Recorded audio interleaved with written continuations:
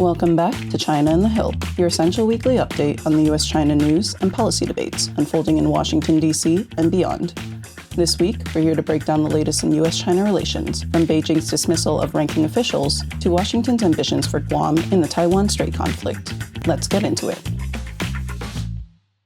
Two new bills were introduced this week in the House. The Promoting Agriculture Safeguards and Security Act would add the Secretary of Agriculture to the Committee on Foreign Investment in the United States and require national security reviews of agricultural land and agribusiness transactions involving foreign entities. The bill aims to strengthen oversight of U.S. farmland purchases, particularly those linked to China, and safeguard America's food supply chains from foreign influence. Additionally, the National Security Biotechnology Workforce Training Act would establish training programs within the Department of Defense to prepare military and civilian personnel for emerging national security challenges in biotechnology, synthetic biology, and bioengineering. In this week's news, on Friday, Beijing announced the dismissal of Commander General He Weidong, the country's third-ranking military official, on charges of corruption and abuse of power. In addition to General He, the Ministry of National Defense confirmed that 8 other senior military officers were also expelled from the military and Communist Party for similar offenses. These dismissals are part of President Xi's long-running anti-corruption campaign across China's military and government sectors. Despite these sweeping removals, China's military continues to expand and modernize, with defense spending rising 7.2% this year to about $246 billion.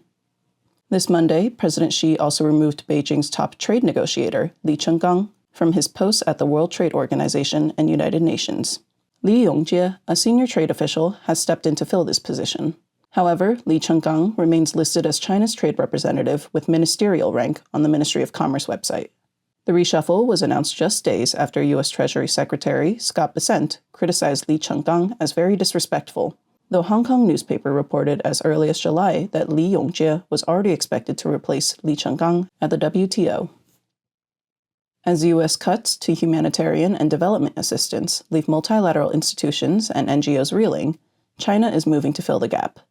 In its 2025 budget plan, Beijing allocated 26.82 billion yuan for foreign assistance, a 7.8% increase from the previous year.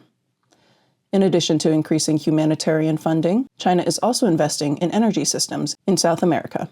In Peru's capital, Lima, 2 Chinese companies now control 100% of electricity distribution, supplying power to 1/3 of the country's entire population. In Chile, Chinese entities manage approximately 2/3 of the power grid. And in Brazil, China has invested billions of dollars into electricity transmission projects. Analysts warn these projects could undermine local autonomy and enhance Beijing's political leverage.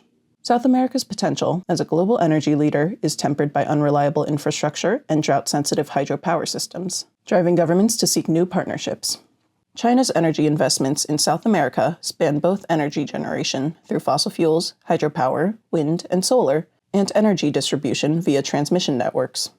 China's dominance in the solar industry has also made it a key partner for South American countries, seeking to diversify away from unreliable hydropower projects while still remaining green. In Brazil, 98% of solar panel imports came from China in 2021.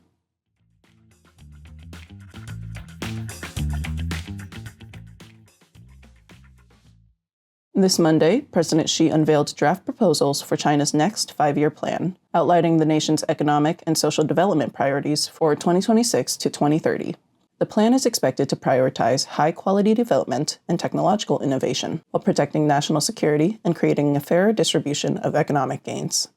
Beijing also plans to increase funding for basic scientific research to strengthen capabilities in high-tech fields such as artificial intelligence, robots, and space exploration. Currently, basic research accounts for 8% of China's total R&D spending, and experts are urging the government to increase that share to 10 to 15% under the coming plan. China's science and technology budget rose 10% in 2025 alone. Although China now leads the world in number of scientific papers published, it has ambitions to increase its share of Nobel Prizes in the sciences, a goal that will require long-term investment in basic research funding. In other news, the Pentagon is transforming Guam into a strategic military base in the Pacific to deter potential Chinese military action toward Taiwan. Part of this transformation includes a new $8 billion missile defense system to protect the island from a potential Chinese attack.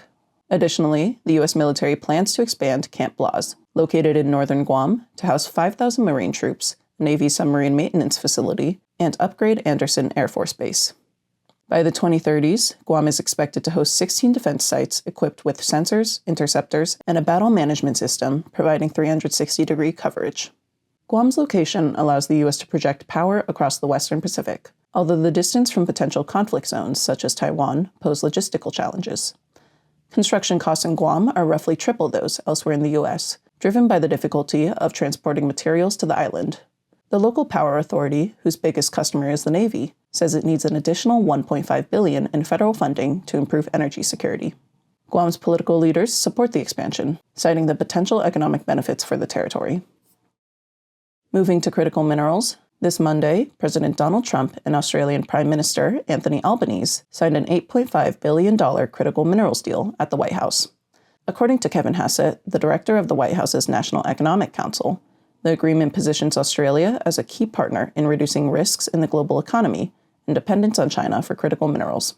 This deal comes shortly after Beijing required foreign companies to obtain Chinese government approval to export magnets containing trace amounts of rare earth materials, or were produced through Chinese mining, processing, or magnet-making technologies, a move the Trump administration warned would give China greater control of global tech supply chains. Australia holds vast reserves of rare earth minerals and other critical minerals, vital for military planes, electric vehicles, and consumer electronics. However, experts note that reducing China's dominance in the sector could take decades, even with this new agreement. And that's all for this week's edition of China on the Hill.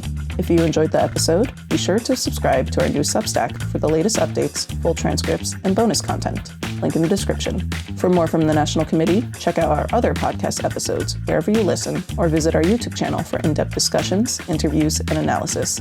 Thanks for listening, and we'll see you next week.